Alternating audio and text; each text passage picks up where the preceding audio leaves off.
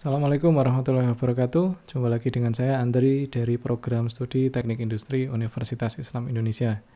Masih di dalam rangkaian video perkuliahan Business Intelligence, di mana video sebelumnya kita sudah membahas tentang data warehouse dan juga OLAP, dan juga sebelumnya kita juga sudah membahas tentang taksonomi data, kemudian juga ada analisis statistika deskriptif dan statistika inferensial. Pada video kali ini kita akan membahas tentang visualisasi data. Kita akan bahas beberapa teknik-teknik atau cara memvisualisasikan data atau informasi ke dalam sebuah report. Baik, kita mulai.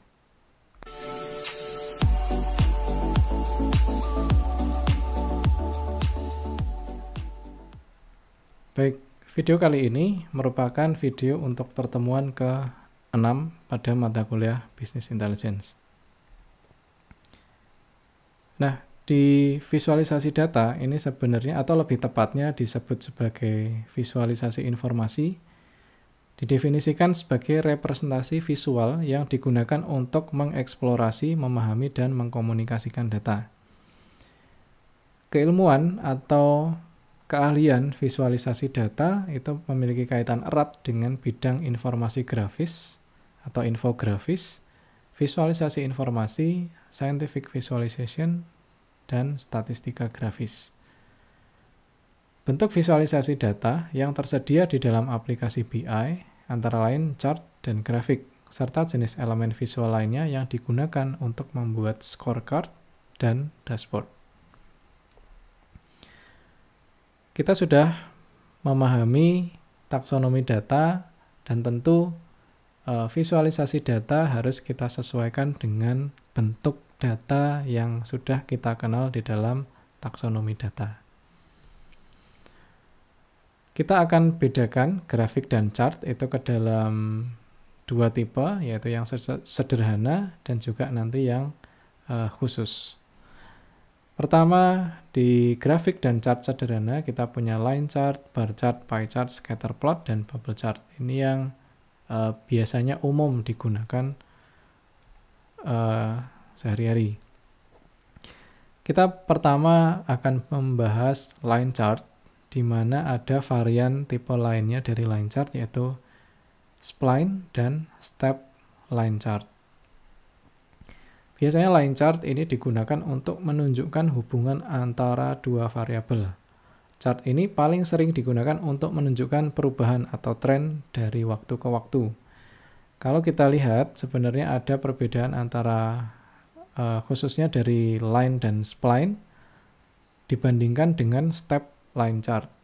Untuk line dan spline biasanya digunakan untuk data yang sifatnya kontinu, artinya yang memungkinkan adanya penyisipan antara dua cacah bilangan yang berbeda. Sedangkan di step line chart biasanya rentang atau nilai yang menyebabkan nilai Y berubah, nilai X yang menyebabkan nilai Y berubah, itu biasanya nilai X-nya rentangnya tidak konsisten. Contohnya adalah seperti yang sudah Anda pelajari di mata kuliah simulasi komputer, di mana ada discrete event system, di mana perubahan sistem itu di-trigger oleh adanya event yang ditunjukkan di sumbu X, dan jumlah perubahannya atau state-nya itu ditunjukkan pada sumbu Y.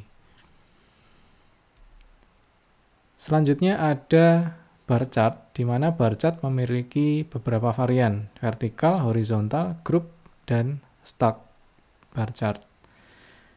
Biasanya, bar chart ini cocok digunakan untuk data nominal atau data numerik yang dapat dipisahkan secara jelas ke dalam kategori yang berbeda, sehingga dapat dilihat hasil perbandingan dan tren di dalam data.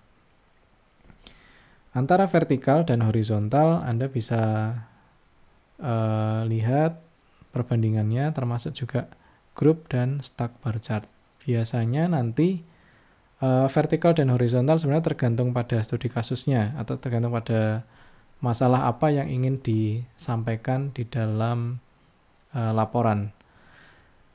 Untuk grup dan stack bar chart ini sebenarnya digunakan untuk membandingkan isi dari sebuah variabel yang sama. Misalnya kita mau lihat nilai di 4 mata kuliah A, B, C, D.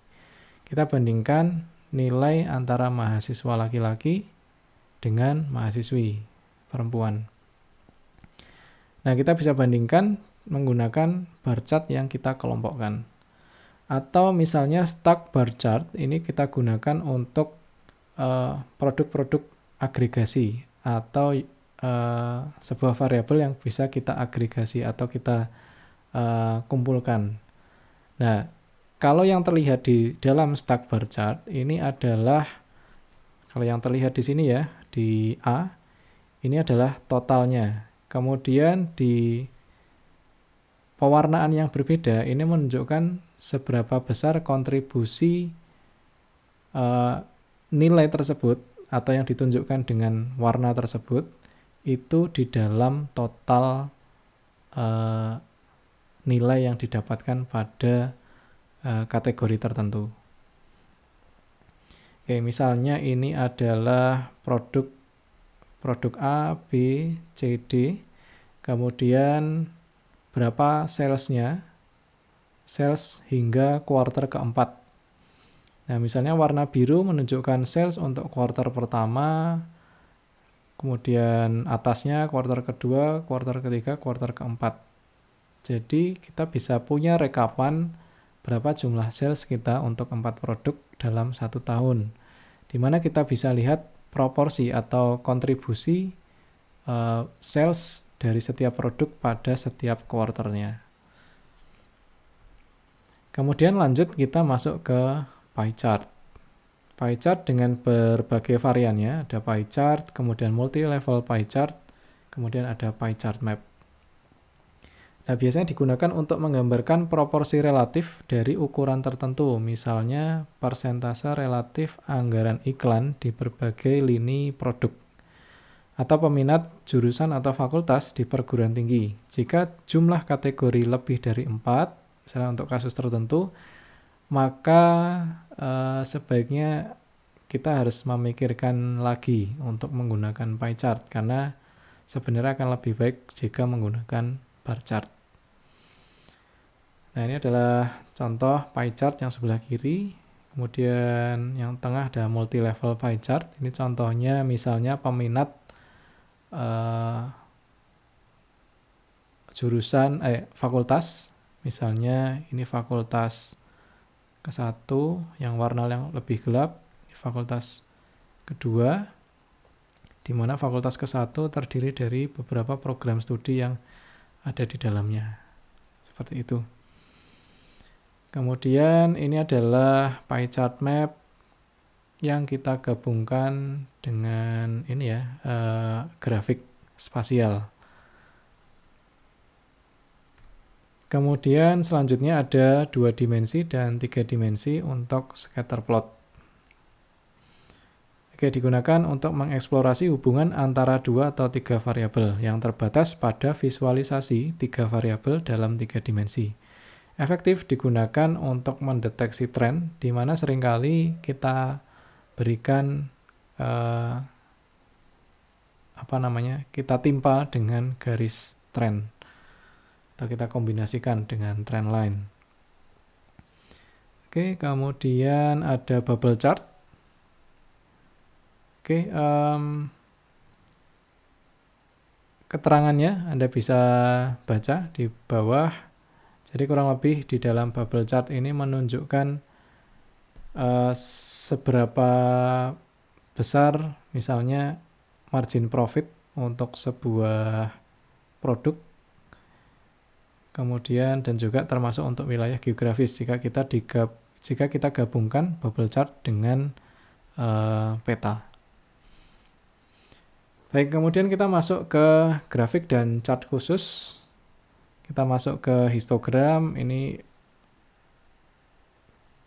biasanya digunakan untuk menunjukkan frekuensi dari satu atau beberapa variabel. Oke, X biasanya kita gunakan untuk kategorinya, kemudian nanti sumbu Y adalah nilai frekuensinya. Nah, ini pun juga di mata kuliah sebelumnya di simulasi komputer biasanya kita sudah buat atau kita potret kondisi sistem ke dalam histogram, berapa frekuensi kejadian untuk setiap nilai diskrit yang ada, kemudian kita akan coba cocokkan dengan distribusi. Nah, ini masuk ke statistika inferensi tadi. Kita akan cocokkan kira-kira sistem kita mengikuti distribusi apa dari bentuknya, apakah normal atau eksponensial secara cepat, itu bisa terlihat dari bentuknya. Kemudian variasinya dari histogram ada radial dan juga ada spiral histogram.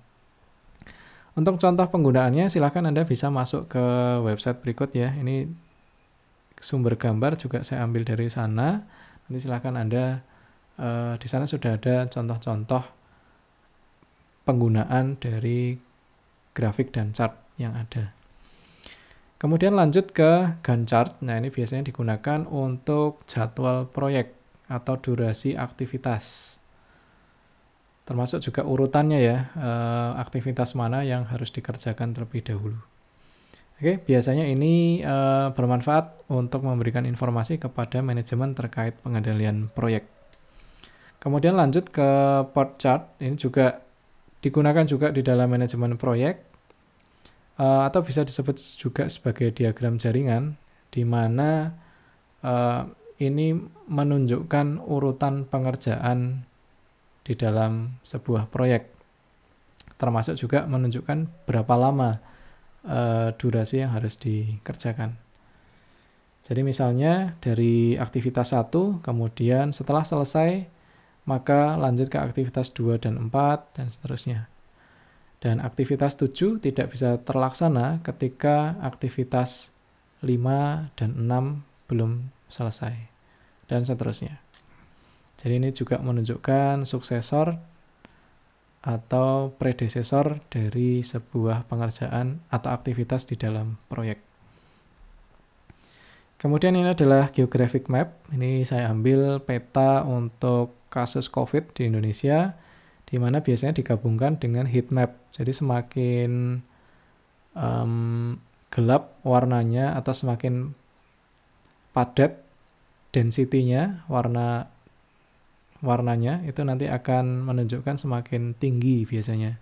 Semakin tinggi nilai yang ada di daerah tersebut. Kemudian ada bullet graph. Ini biasanya digunakan untuk menampilkan informasi tentang pencapaian target. Jadi misalnya kita punya 4 produk, setiap produk mungkin akan memiliki target yang berbeda-beda. Nah, target itu direpresentasikan oleh garis kecil yang ada di sini. Oke, di sini. Nah, itu adalah targetnya. Kemudian kondisi aktual itu yang direpresentasikan dengan garis yang sebelah kiri ini ya. Oke, garis ini.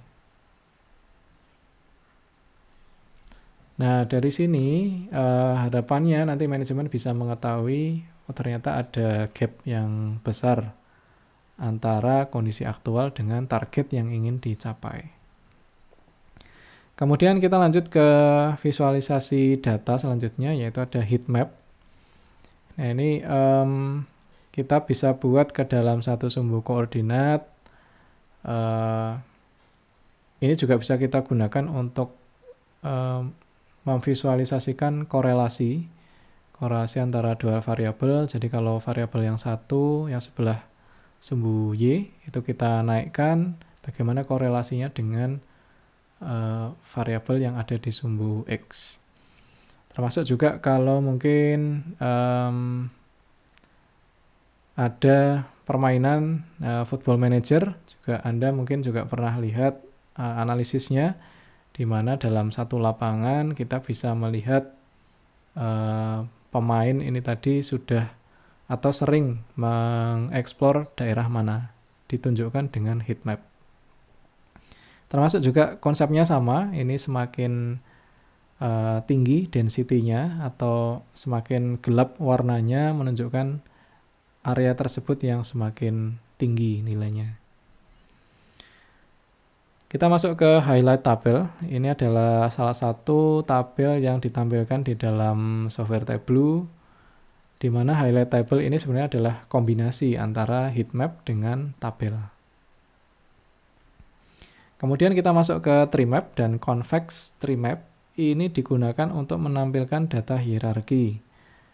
Jadi kurang lebih seberapa luas atau seberapa besar persegi panjang yang ada di sana, itu menunjukkan seberapa banyak ukuran yang dimiliki pada variabel tersebut. Jadi misalnya ada sebuah perusahaan teknologi, dia memproduksi beberapa macam kategori. Misalnya kita gambarkan, kita bagi menjadi 3 daerah besar, misalnya di sini ya. Daerah yang ini mungkin kategori misalnya alat-alat teknologi, kemudian misalnya ini, atau komputer gitu ya, komputer. Kemudian yang di sebelah sini adalah misalnya alat-alat telekomunikasi, kemudian yang di bagian sini ini mungkin alat-alat untuk household, alat-alat pendukung kegiatan rumah tangga. Nah, di dalam alat teknologi atau kategori teknologi kita bisa bagi menjadi beberapa subset, ada A dan B.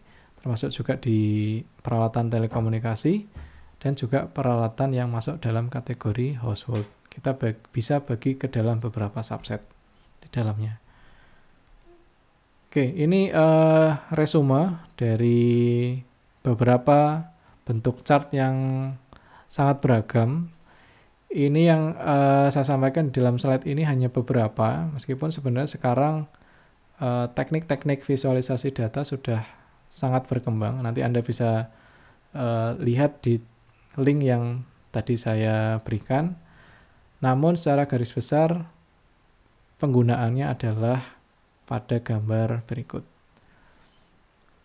Jadi kurang lebih untuk menunjukkan laporan atau descriptive analytics biasanya kita kategorikan jadi 4.